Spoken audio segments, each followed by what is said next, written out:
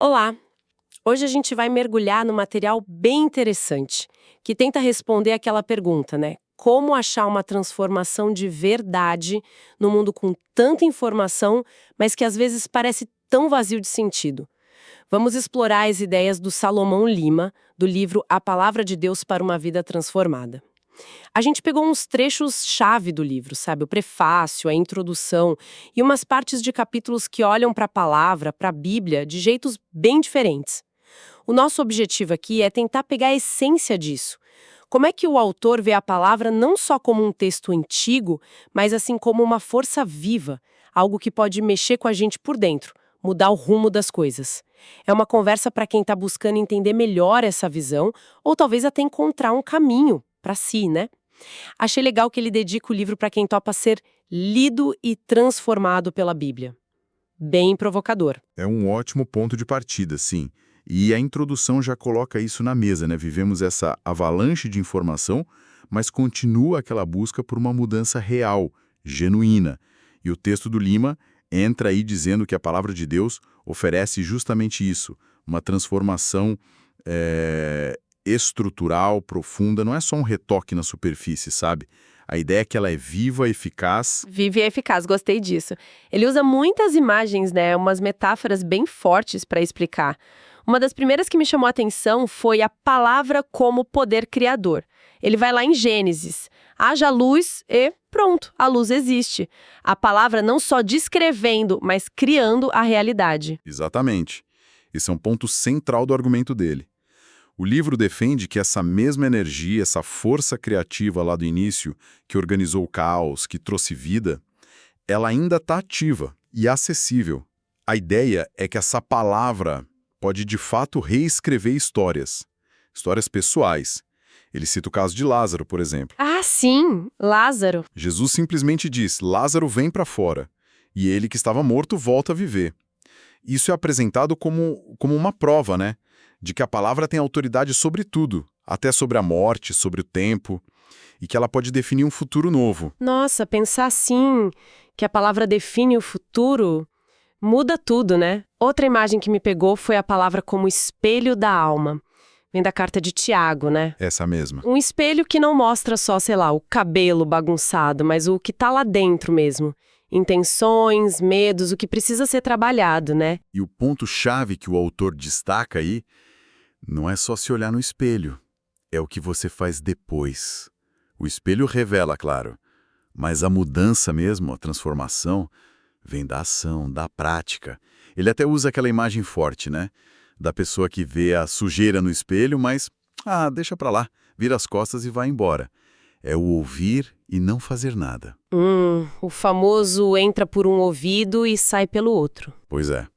Segundo o livro, a obediência, colocar em prática o que foi revelado, ele lembra da parábola da casa na rocha, sabe? Que aguenta a tempestade porque tem base firme. Sim, sim. É isso que firma a vida. E tem mais. Esse espelho não mostraria só o defeito, a sujeira. Mostraria também o potencial, quem a pessoa foi chamada para ser, sabe? Na visão divina. Faz todo sentido. A revelação pede uma resposta, uma atitude. E falando em resposta, em crescimento, como entra aquela outra metáfora da palavra como semente de vida? Vem de Lucas essa. Parece central para a ideia de desenvolvimento. Sim, essa é muito rica e o livro explora bem. A palavra é como uma semente. Parece pequena, mas tem um potencial enorme ali dentro. O autor chega a falar em uma floresta inteira numa única semente. Uau! Só que o resultado, né, depende totalmente do solo, que seria o coração de quem recebe a palavra. Aí tem o solo duro, que nem deixa a semente entrar, o raso, que até brota rápido, mas morre logo porque não tem raiz. Falta profundidade. Em seus processos, né? É orgânico, leva tempo, não é instantâneo. E ele também fala do Espírito Santo. Seria como a água, essencial para essa semente germinar, para ela realmente ganhar vida. Entendi. Não adianta só a semente ser boa, né? O terreno tem que estar preparado e precisa dar rega. Saindo um pouco dessa imagem do crescimento, que parece mais passiva, talvez, o livro traz uma bem mais ativa. A palavra como espada do Espírito, lá de Efésios. Ah, sim. A única arma de ataque na tal armadura de Deus. Como que isso funciona na prática, segundo o autor? Bom, o livro explora bastante essa função de arma espiritual mesmo. Ele pega aquela ideia de que a palavra é mais afiada que espada de dois gumes, que penetra fundo. Hebreus, né? Isso, Hebreus. O autor descreve a palavra como viva, poderosa, capaz de discernir até os pensamentos, as intenções mais escondidas do coração. É vista como uma ferramenta fundamental na batalha espiritual. Contra o quê? Contra mentiras, conceitos errados, aqueles padrões de pensamento negativos que prendem a gente, sabe? O que a Bíblia chama de fortalezas mentais. O exemplo clássico que ele usa é Jesus no deserto, confrontando Satanás com o quê? Com o está escrito, usando a palavra. Faz sentido. Usar a verdade contra a mentira. Mas isso é bem importante, no livro ele faz uma ressalva. Essa espada tem que ser usada com sabedoria, com amor, com a direção do Espírito Santo. O objetivo nunca é ferir, atacar pessoas, usar a Bíblia como um porrete, sabe? Para oprimir. Exato. O objetivo é libertar, construir, trazer a verdade que cura. Essa advertência é crucial mesmo. Agora, tem uma imagem que soa ainda mais intensa. A palavra como fogo purificador. Inspirada lá em Jeremias. Fogo, isso sugere algo que consome, que transforma pela raiz. Parece um processo meio desconfortável. Com certeza, não é uma imagem para trazer conforto imediato. A interpretação que o autor dá é que se trata de um fogo santo. Um fogo que queima as impurezas da vida, do caráter, que refina a pessoa como o ouro é refinado no fogo, sabe? Sim, tira as impurezas. Isso. É um processo que confronta mesmo. Expõe o que não está alinhado com o padrão de Deus. O livro liga isso com a santidade necessária para servir a Deus. Ele cita o profeta Isaías. Ah, Isaías 6. Exato. Que teve os lábios purificados por uma brasa viva do altar antes de poder dizer, eis-me aqui, envia-me a mim. Uau. Mas o fogo, segundo o livro, não é só para purificar. Ele também acende paixão. Lembra dos discípulos no caminho de Emaús? Sim, claro. Que o coração deles ardia? Pois é, enquanto Jesus explicava as Escrituras, o coração deles ardia. Então, a palavra como fogo traria também esse fervor, essa paixão espiritual. Essa imagem do fogo é realmente forte. Dá uma sensação de algo até doloroso, talvez.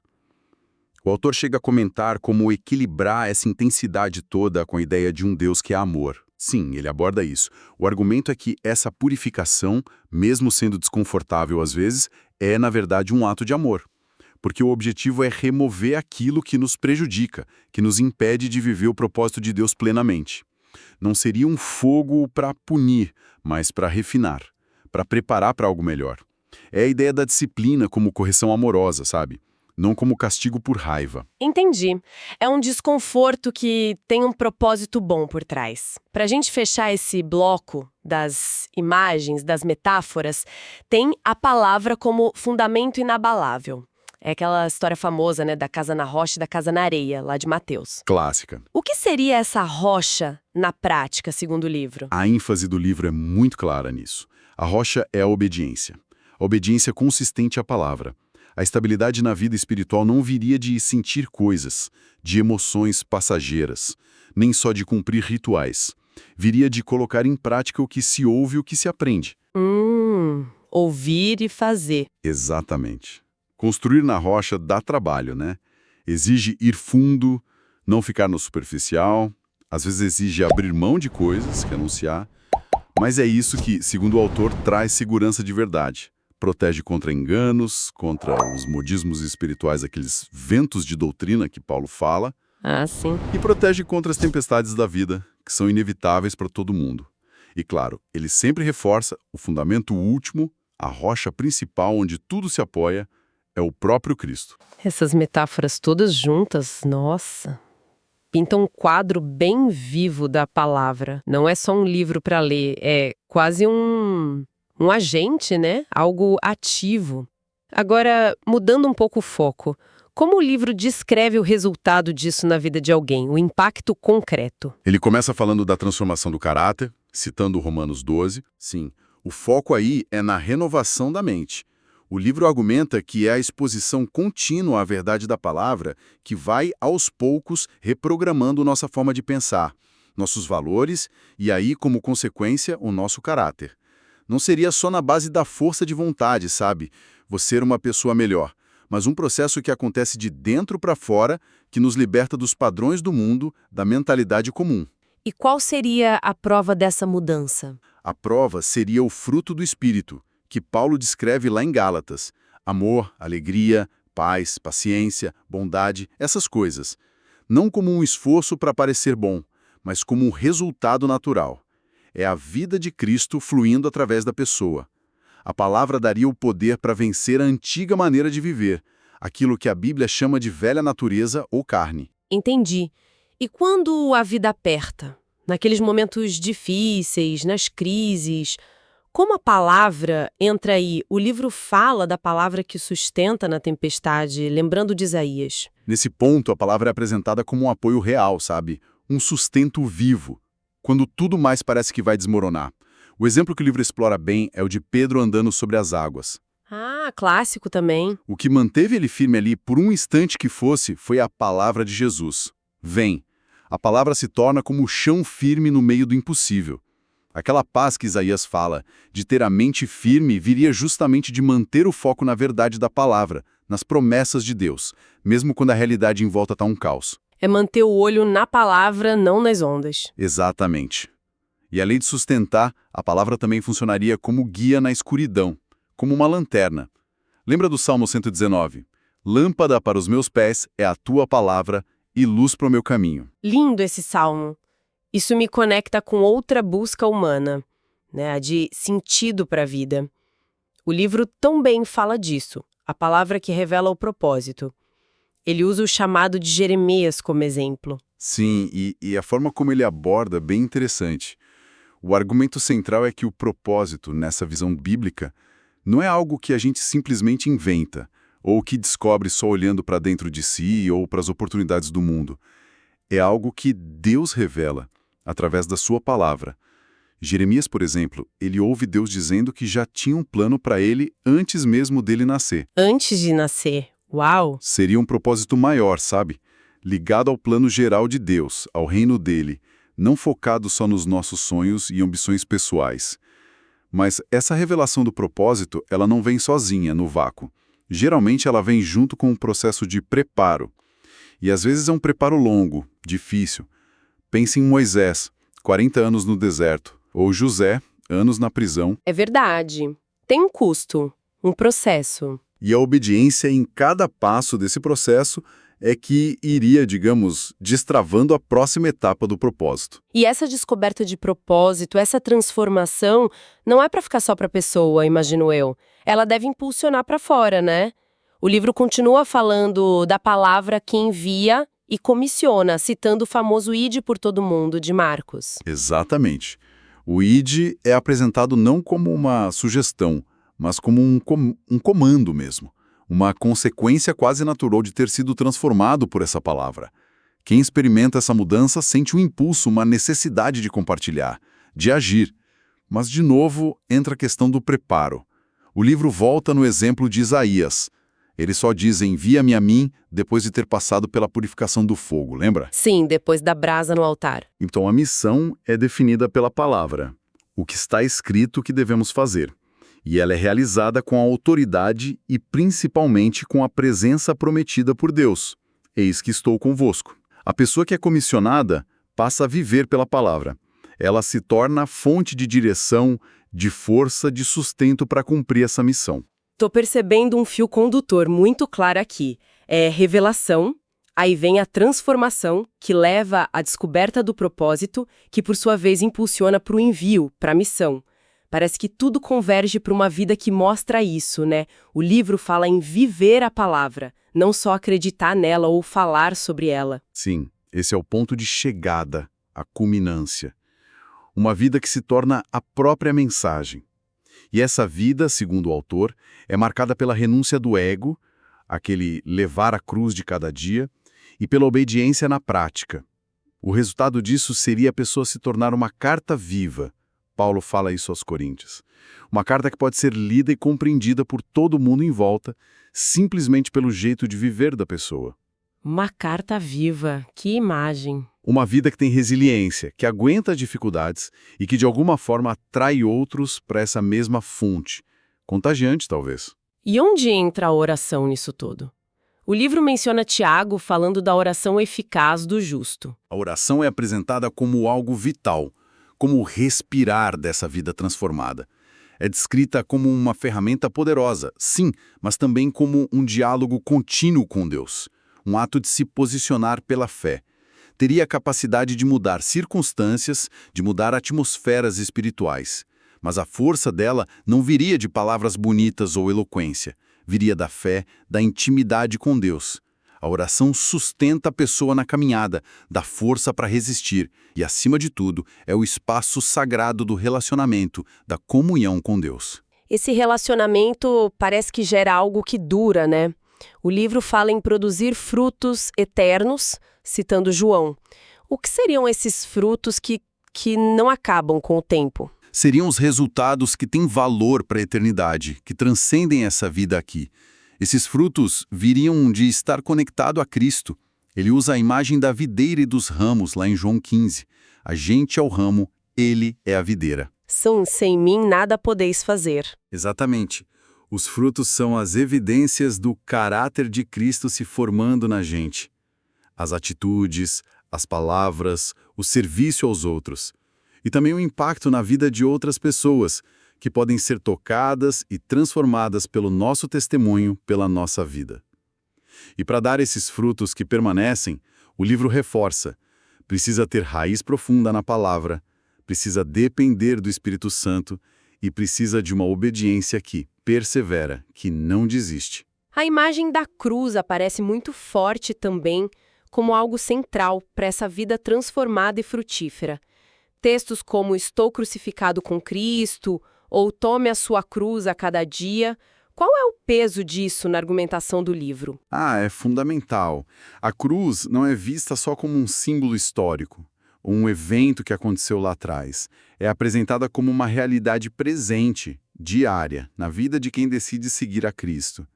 É o lugar simbólico onde a nossa velha natureza, o nosso egoísmo, morre, para que a nova vida, a vida de Cristo em nós, possa florescer. Ela marca essa vida transformada pela renúncia constante do eu, do querer mandar na própria vida. É uma entrega. Uma entrega.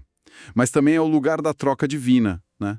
A gente entrega a nossa culpa e recebe a justiça de Cristo. O livro apresenta a cruz como indispensável para o discipulado verdadeiro, para crescer em santidade. E, de novo, quem é transformado pela experiência da cruz se torna alguém enviado para a missão. A cruz qualifica para o envio. E essa experiência da cruz, essa morte para o eu, parece que está muito ligada a um outro chamado, o de permanecer. João 15 de novo, né? Permaneçam em mim, eu permanecerei em vocês. O que significa esse permanecer na prática? Significa muito mais do que fazer visitas ocasionais à presença de Deus, sabe? É habitar, é morar em Cristo, manter uma conexão constante, consciente com Ele. Isso exige romper com a superficialidade espiritual, com aquela coisa de buscar a Deus só quando precisa. É viver buscando a direção dele em tudo, o tempo todo, consciente da presença dele. É uma constância. Uma constância. E o resultado prometido é que ele também permanece em nós. E é ele quem produz o fruto através de nós, não é na nossa força. Tem uma ligação forte com a cruz que você mencionou. A cruz chama para morrer para o ego. A permanência chama para viver nele, nutrido por ele. Morrer para viver. É um paradoxo central no cristianismo, né? E tudo isso parece culminar, pelo que eu entendi do livro, na vida no Espírito. Paulo fala disso em Gálatas: se vivemos pelo Espírito, andemos também pelo Espírito. Parece ser a chave que liga tudo. É apresentada como a dinâmica essencial dessa vida transformada. Não é algo opcional ou só para um grupo especial de pessoas. É para todo mundo que segue a Cristo. Andar no Espírito significaria viver com sensibilidade espiritual. Sensibilidade? Como assim? Conseguir discernir a voz de Deus, a direção dele. Perceber as realidades espirituais que estão por trás do que a gente vê com os olhos. E também viver com o poder divino. Não poder para se exibir, para autoexaltação, mas a capacitação para cumprir a missão, para viver de forma íntegra, para vencer as tentações. Essa vida no espírito traria liberdade de verdade. Liberdade da culpa, do medo, de uma religiosidade que é só aparência, vazia, mas ela exige uma escolha contínua. Renunciar aos impulsos egoístas, à carne, como a Bíblia chama. O resultado seria o fruto do Espírito se manifestando naturalmente, como a gente já falou, e a pessoa refletindo cada vez mais o caráter de Cristo para o mundo. Uau! Foi uma jornada e tanto por essas ideias. Recapitulando bem rapidinho, a gente viu como o livro A Palavra de Deus para uma Vida Transformada não encara a Bíblia como um texto estático, mas como essa força, nossa, super dinâmica, né? Que cria a realidade, que revela nosso interior como um espelho, que planta a vida como semente, que defende como uma espada, purifica como fogo e dá uma base firme como a rocha. Exatamente.